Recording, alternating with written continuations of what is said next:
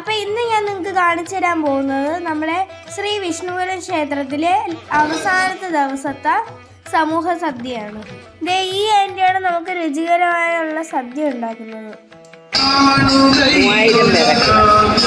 10 ദിവസം നീണ്ടു നിൽക്കുന്ന ഉത്സവത്തിൽ 9 ദിവസവും സമൂഹ സദ്യയുണ്ട്. ഉച്ചയ്ക്ക് 12:30 തുടങ്ങുന്ന ഈ ഒരു സമൂഹ സദ്യ വൈകിട്ട് 4 മണി വരെ കാണും.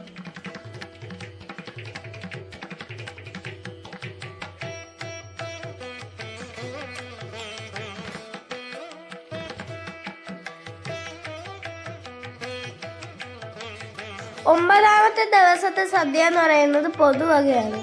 ഏറ്റവും കൂടുതൽ ആൾക്കാർ പങ്കെടുക്കുന്ന 9ാമത്തെ ദിവസത്തിലായിരിക്കും.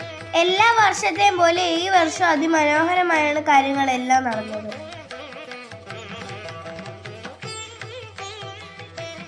ഇതുപോലെ വലിയൊരു പന്തലിൻ്റെ അകത്തിരുന്ന് വാഴയിലയിലാണ് നമ്മൾ ഫുഡ് കഴിക്കുന്നത്, ഒരു സദ്യ പോലെ, അതായത് കല്യാണ സദ്യ പോലെ. അങ്ങനെ എല്ലാം തയ്യാറായതിനു ശേഷം തിരുമേനി വന്ന് വിളക്കൊക്കെ കത്തിച്ച് ഭഗവാനുള്ള സദ്യ വാഴയിലയിൽ പകർന്നതിന് ശേഷമാണ് നമുക്ക് വിളമ്പുന്നത്.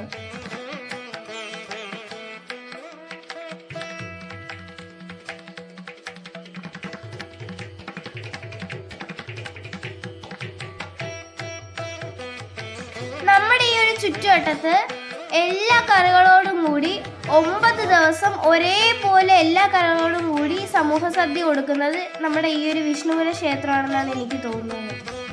9 ദിവസം നീണ്ടു നിൽക്കുന്നൊരു സദ്യയും 10 ദിവസം നീണ്ടു നിൽക്കുന്നൊരു അവതാരച്ചാർത്ത് ദർശനവും 10 ദിവസവും വൈകുന്നേരത്തിന് ശേഷം നടക്കുന്ന അടിപൊളി പ്രോഗ്രാമും ഇതെല്ലാം കൂടി ചേർന്ന് നമ്മുടെ വിഷ്ണുപുരം ക്ഷേത്രത്തിൽ ഉത്സവം എന്ന് പറയുന്നത് ഒരു വേറെ ലെവലാണ്.